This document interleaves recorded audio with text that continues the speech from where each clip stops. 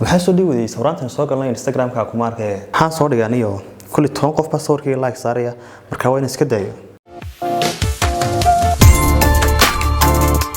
maalmahan u dambeeyay waxa aad ka loo hadalhayay waxay ahayd markay noqoto dhinaca social media aan isticmaalno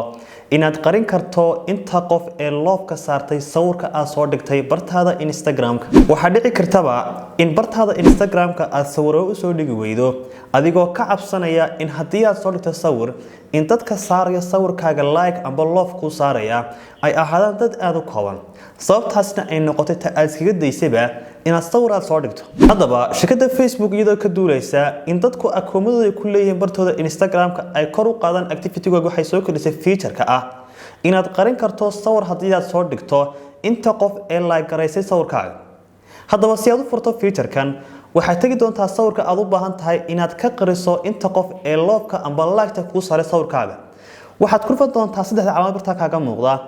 adoo ka dooran doona xaggana ka qoran tahay hide like count